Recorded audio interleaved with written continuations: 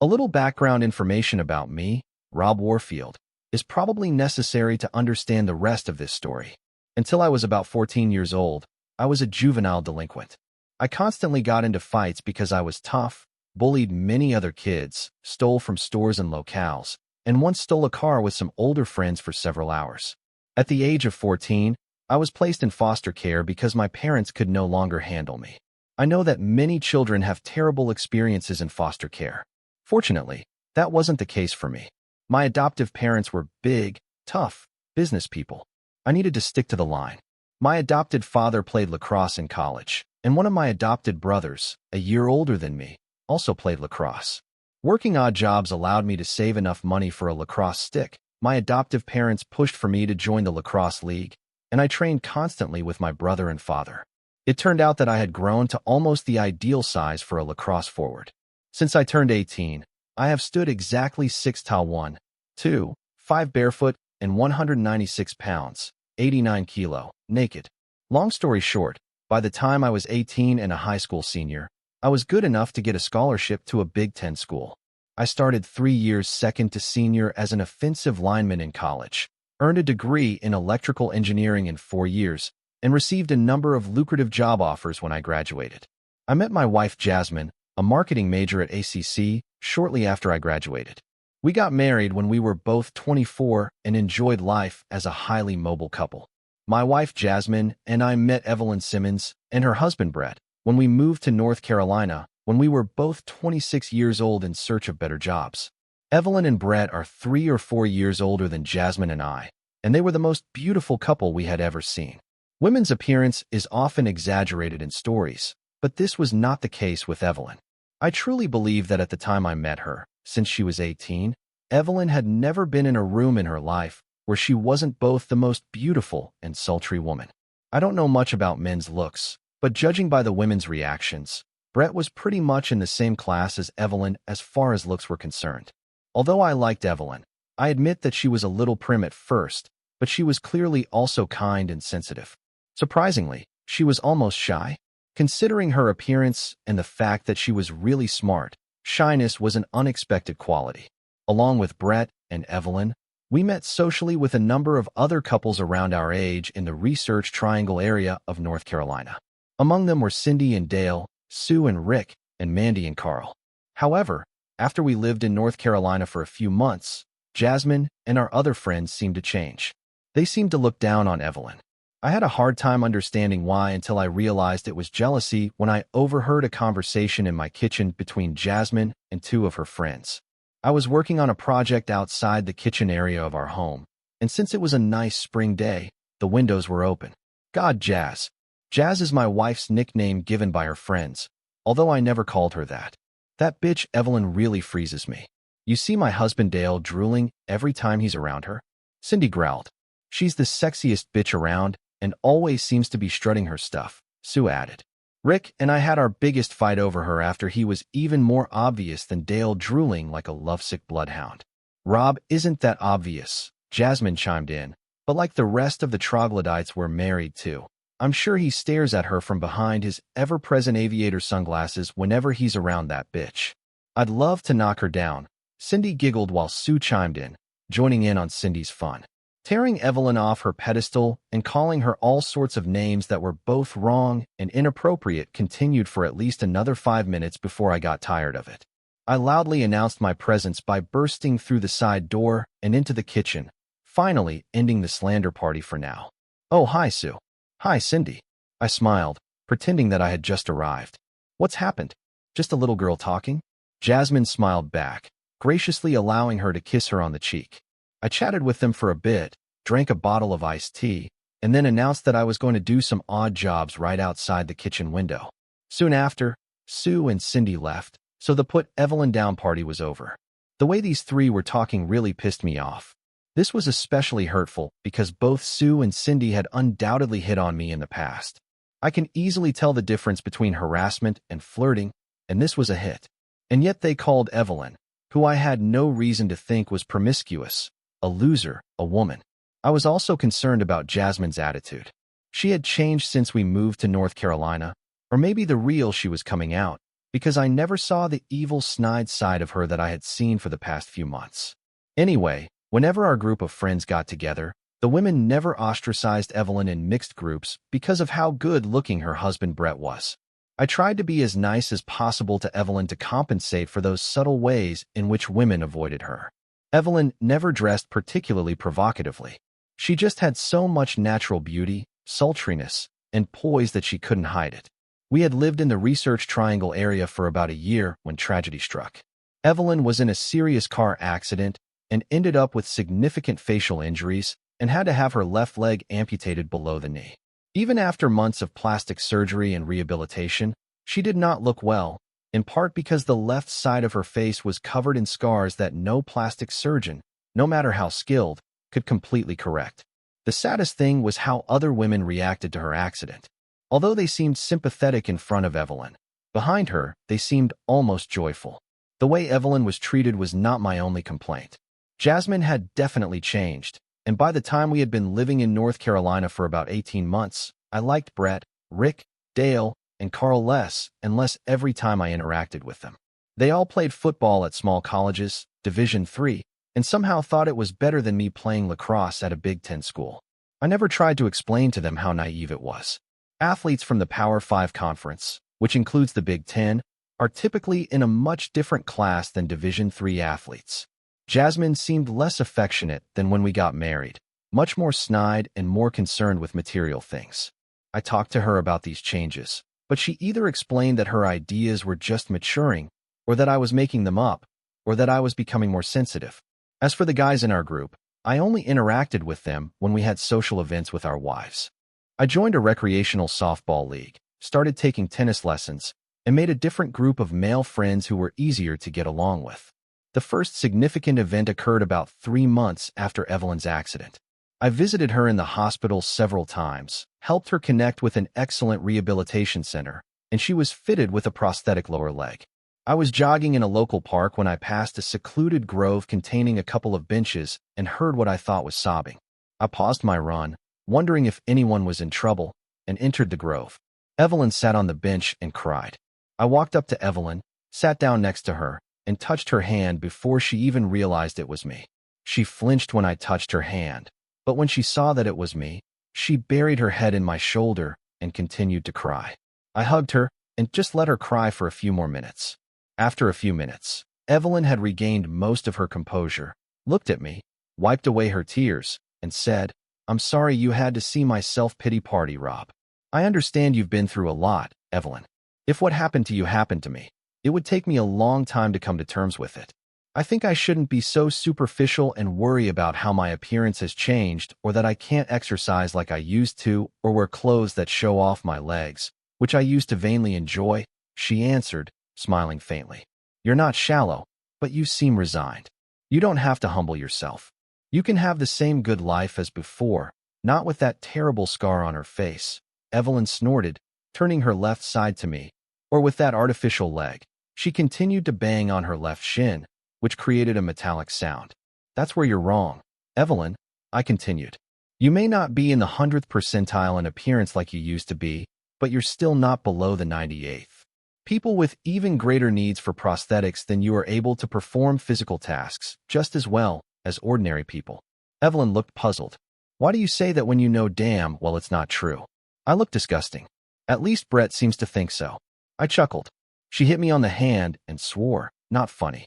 "Yes, it's funny," I replied, "because you're a beautiful, sultry woman that any man would be lucky to marry, and if Brett thinks otherwise, then he's the one being superficial."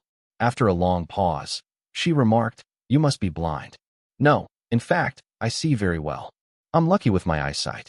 I think you need to change your attitude. What I'm saying is, why don't we meet twice a week to work on your mobility? I will accompany you wherever you want to go, so that if you have any physical problems or feel any discomfort, I can help. Besides, perhaps my attention will make you believe the truth, namely that you are a beautiful, sultry woman." Evelyn protested for a few minutes, but then agreed. We started by walking on the park's treadmill, and when she got tired, I carried her the last 500 or so yards back to her car.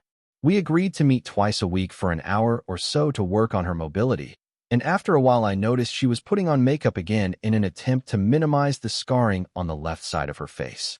I made no attempt to hide my communication with Evelyn from Jasmine. I actually invited her along because I thought another woman's support would be helpful. Jasmine refused dismissively. I did not like it. After about 6 weeks of our sessions, Evelyn's attitude and mobility improved significantly. However, she had one serious drawback. She said Brett was becoming more distant every week, and that she was sure he was having an affair. When, after one of our sessions, she revealed her suspicions of an affair, I sat her down and talked to her about it at length. After talking to her, I wasn't convinced she was right, but because it bothered her so much, and because she and I had become good friends, I offered to investigate her. When do you think he is most likely to play the fool? I asked. It seems to vary, but it's almost always early on Saturday morning. Would you mind if I temporarily disabled his car one Saturday, installed an electronic tracker on your car, and he had to use it? Working as an electrical engineer, I had access to every type of sophisticated electronics there is. I can easily find out if he cheats on Saturday afternoons. You will call me this Friday evening after you are sure that he will not use his car in the evening. You leave the side garage door open, and I'll do the rest. A wide smile appeared on her face, and she kissed my cheek. I smiled back. The second significant event occurred when I carried out my plan on Friday evening. After receiving an encrypted message from Evelyn, my prosthetic leg is hurting tonight. Any suggestions? I left the party that Jasmine and I went to under the pretext that I was going to bring more ice for the owner. I snuck into Evelyn's garage, temporarily shorted out a critical chip in Brett's car's starting circuit, and inserted a magnetic tracker into Evelyn's rear wheel well. This took a total of 4 minutes. I grabbed some ice for the host and headed back to the party. On Saturday, Jasmine went to her usual Saturday shopping with Sue or Cindy, I don't remember which, so I was free to follow the tracker in Evelyn's car while I did some computer work at home. As soon as I saw Evelyn's car moving, I jumped into my car and followed her. Imagine my surprise when I found it parked in front of Mandy and Carl's house, right next to Jasmine's car. I knew from conversations at the party on Friday night that Mandy had left town. I parked on the next block and sneaked behind Mandy and Carl's house. No one was visible on the first floor, but noise was heard on the second floor. It was risky, but I tried the back door handle and found that the back door was not locked. I took off my shoes, sneaked into the house, and went upstairs. My surprise turned to anger when I heard the sounds of sex in the master bedroom and saw, on the same king-size bed, Brett and Jasmine and Carl and Sue. My immediate instinct, based on my past life as a tough juvenile delinquent and my aggressiveness as a lacrosse forward, was to rush in and beat the crap out of Brett. However, I was criminally trespassing on Carl's territory, so I knew it would end badly for me. Instead, I took some candid photos with my smartphone. The angles weren't great, but if you look at all 6 different photos I took, I think you can tell who the 4 participants were. Jasmine's face was certainly clear when she was riding Brett cowboy style, as was Sue's face when she was riding Carl. In one of the photos, Brett's face was also very clear. Carl's face was unclear, as he was lying face down and furthest away from me. But it was his bedroom, and those who knew him could tell that it was him.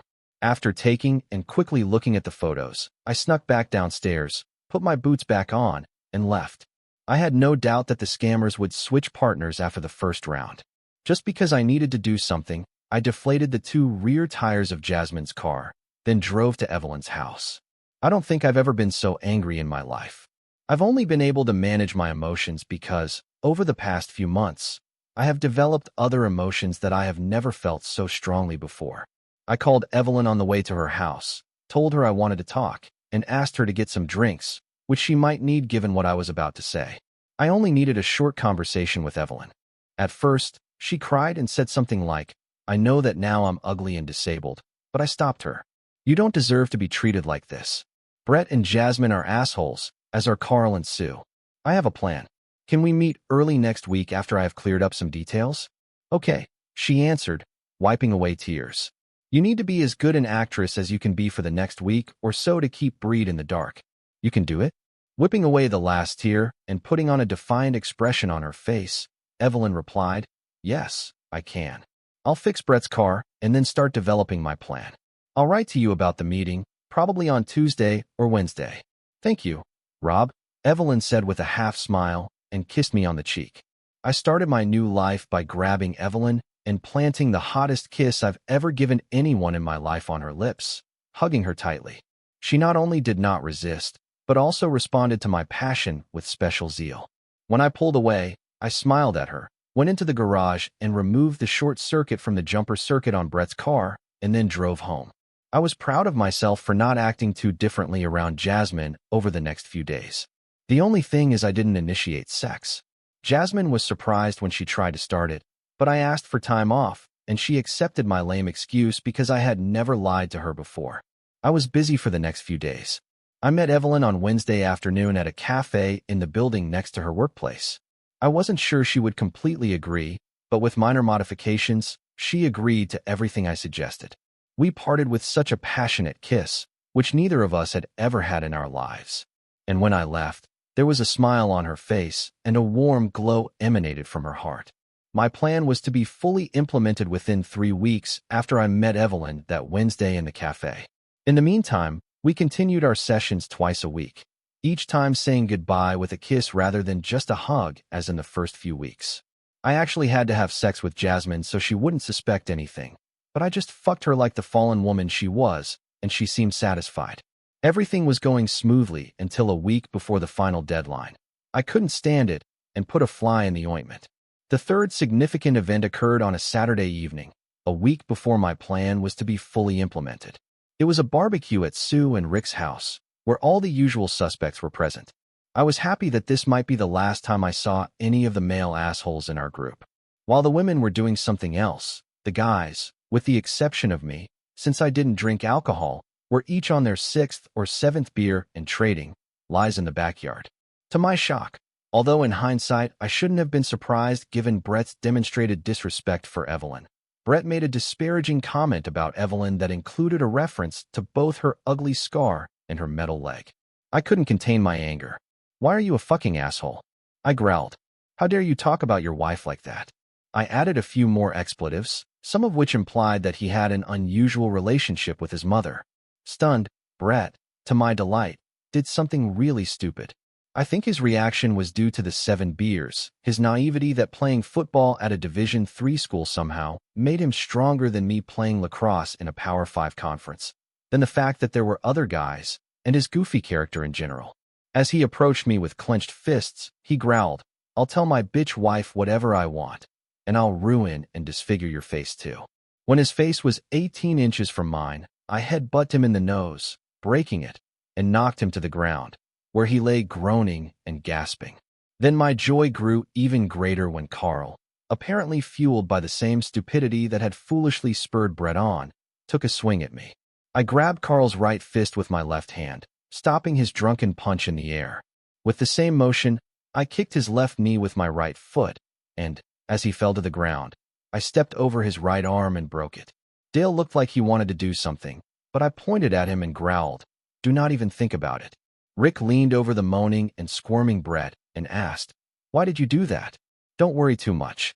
Rick, Brett, and Carl have been screwing your wife Sue for quite some time apparently. I'll send you photos in the next few days." At that moment, the women ran up, all except Evelyn, who remained in the background with a smile on her face. As Bretta and Carl screamed in pain, and I looked on wild-eyed, Jasmine snapped, "What did you do, Rob?" I calmly replied, "Your lovers attacked me, so I beat the crap out of them." As I walked to my car, Jasmine and Sue shouted at me. I didn't pay attention to them. I was surprised that Jasmine came home. I was already in bed when she did it. She turned on the overhead light in our room and started getting irritated. "Not that you care, but both Carl and Brett had to go to the hospital. Brett has a broken nose and a concussion, and Carl has a broken arm and a bruised knee." Jasmine didn't expect my answer. "Turn off the light, you fucking bitch, and get out of my room and go sleep in the guest room." After the initial shock, she snapped, "You can't talk to me like that." That was all she could get out. I got out of bed, looked into her face and said, "If you don't get out of here, I'll throw you out on the street without your keys, and you can spend the night on the street or look after your buddies. I don't care who." She began to stutter. "What do you mean?" Obviously, my previous words did not reach her. Maybe she was drunk, but I didn't let her finish. I carefully picked her up, carried her outside the room, closed and locked the door, and slid our security guard under the doorknob. Jasmine banged on the door for about 5 minutes, but I turned on our white noise machine to drown out the sound, and within 10 minutes, I was in dreamland. On Sunday morning, I called Evelyn and asked her if she would mind us speeding up our escape. I have something to do on Monday, but any time after that is fine by me. I'll have the servers ready for processing by Tuesday and arrange for the movers to come in on Tuesday while Brett and Jasmine are at work. I answered happily. Jasmine tried to talk to me on Sunday and Monday. I pushed her away, saying that we could talk on Wednesday morning, but not before. She still tried to engage me in conversation, but I just walked out. I didn't eat any food with her and didn't have any contact with her until Tuesday. After Jasmine left for work on Tuesday morning, the movers came to our house. They loaded the van with what I wanted to keep. Then, after making sure Brett was gone, I followed them to Evelyn's house.